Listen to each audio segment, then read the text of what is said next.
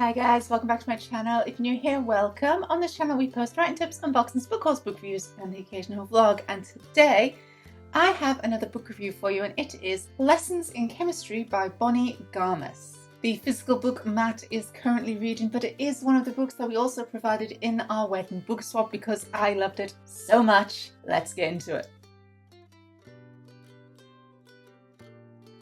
Don't forget, if you like what you see, to subscribe to this channel. Your continuous support means a lot, so thank you guys so much. Let me read you guys the blurb first. Your ability to change everything, including yourself, starts here. Chemist Elizabeth Zott is not your average woman. In fact, Elizabeth Zott would be the first to point out that there is no such thing.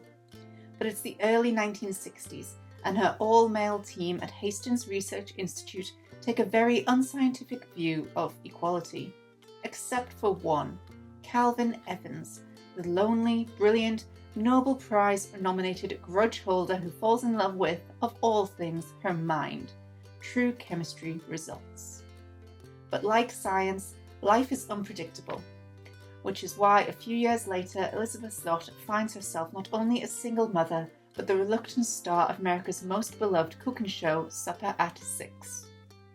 Elizabeth's unusual approach to cooking, combine 1 tablespoon acetic acid with a pinch of sodium chloride, proves revolutionary.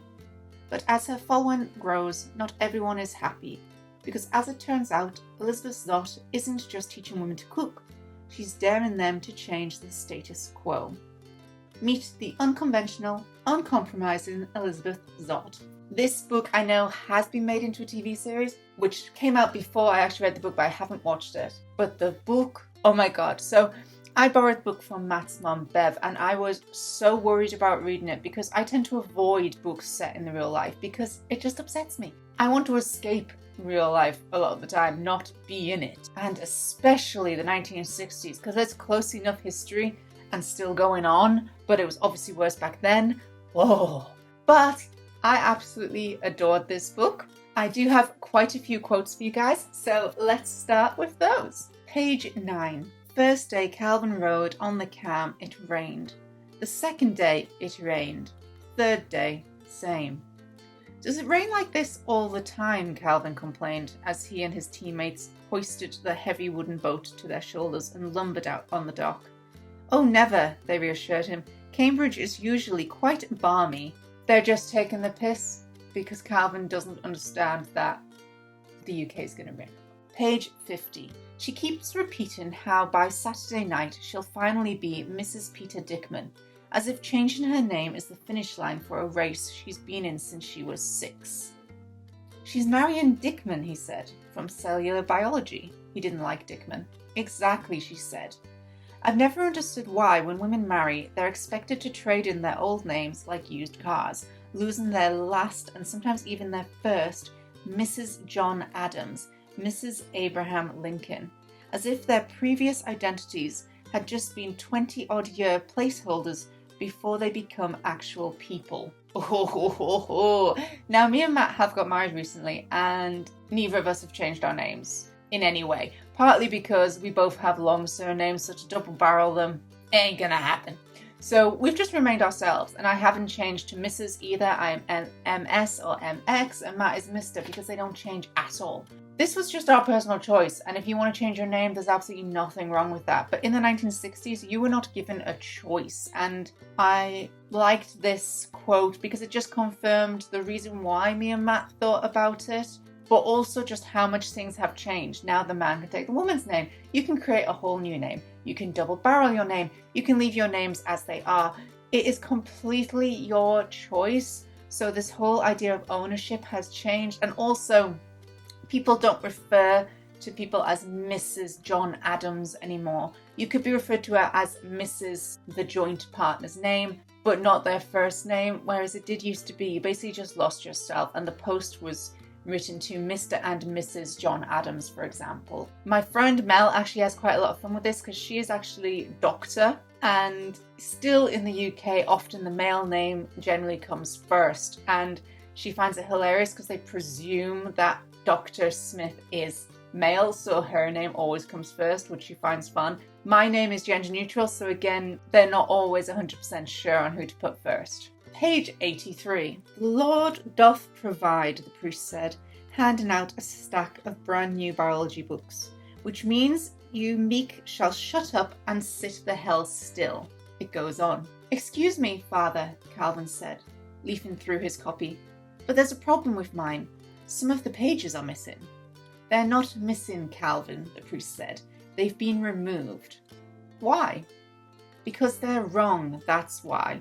Skip a bit. Evolution's missing, Calvin protested. So Calvin Evans, one of our main protagonists in this book, he grew up in an orphanage and it was a religious place, and I just love the representation of the selective teaching of cultures. It's not just religion that does this. Countries do this with history as well, with politics. Everything is censored regardless of where you live, who you are.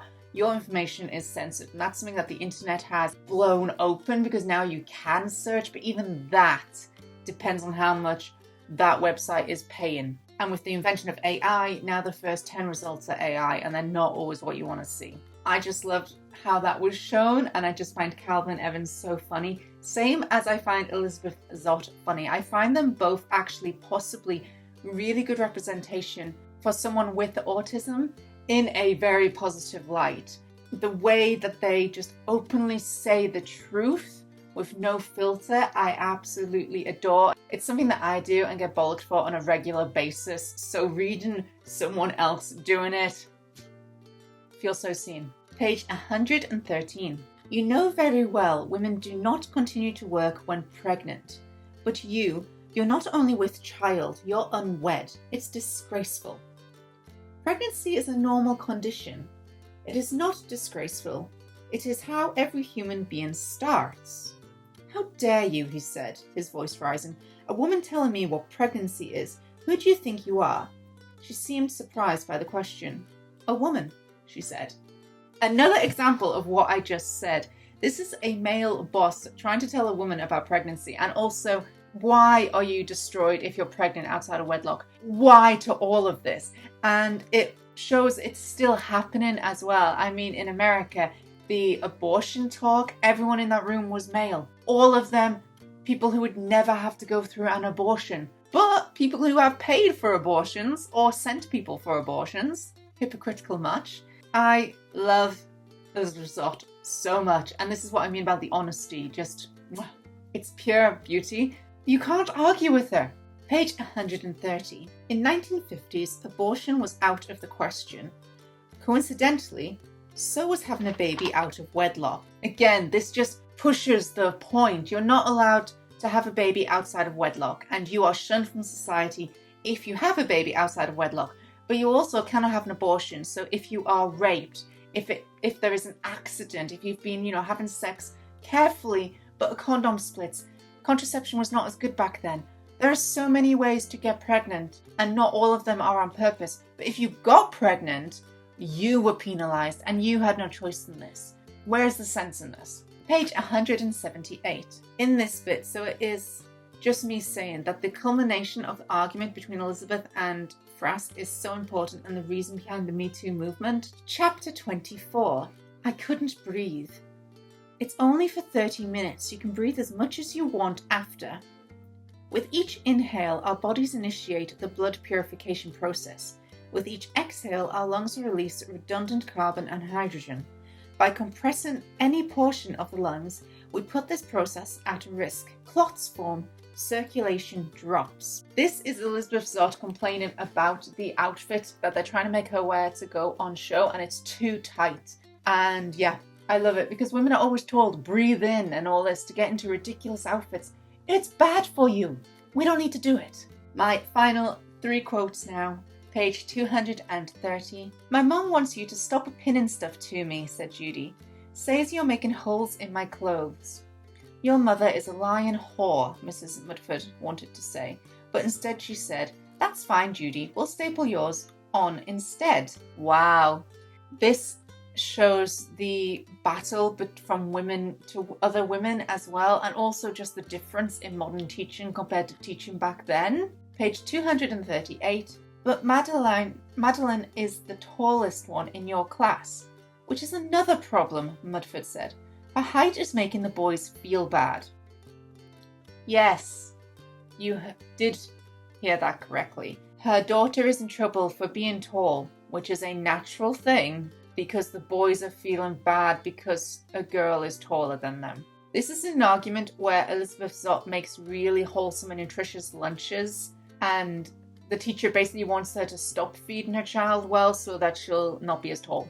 And finally, page 268. See this? She held a soup can close to the camera. It's a real time saver. Skip a bit. That's because it's full of artificial ingredients, she said, tossing it with a clink into a nearby garbage can. Feed enough of it to your loved ones and they'll eventually die off, saving you tons of time since you won't have to feed them anymore. So right. So me and Matt, we're not health, but we do tend to make our sauces and soups and things from scratch. The reason behind this was it can ultimately be cheaper. We know what's going in it. And we both just lost weight instantly. Like, we were never big people. We don't need to lose weight, but we just automatically lost it because of having unprocessed food. And now if we do have processed food, all we can taste is the salt and sugar in it, and it really puts you off them. That's it for my quotes for this book, so we'll now go into my overall review. Honestly, I absolutely adored this book. It is a difficult read at times, but it's done in such a funny way because of Elizabeth Zott's character, because of the fantastic representation, because of the logical arguments behind everything she says and does. It is so good. I really cannot recommend this book enough. It was a Waterstones Book of the Year, but as I said, I avoided it. I was scared. I should not have avoided it. Enjoyment, I gave it 8 out of 10 just because of those difficult bits. Writing style, 10. Plot, 10. World building, 10. Characterization, 10. Representation, 10. And originality, 10. I gave this book 5 stars out of 5. I absolutely loved it. It felt hard to read at first, and that's what Matt is finding now, but he trusts me that you get into it and there is light at the end of the tunnel just because of the representation of the characters in this book. But it is hard because it is, the 1960s. It is sexist. It is racist. It is not a nice time. We are still struggling with some of these problems, but it is far better than it was back then. So, yeah. Highly recommend it. Do read this book. And thank you guys so much for watching. I hope you enjoyed what you see. If you like this video, don't forget to subscribe to this channel. If you like to see as soon as I upload, click the little bell down below. You can also follow me on Instagram, Facebook, and Tumblr. I post your bookish pictures as well as my writing tips and unboxings on there. And thanks for watching, guys. Bye!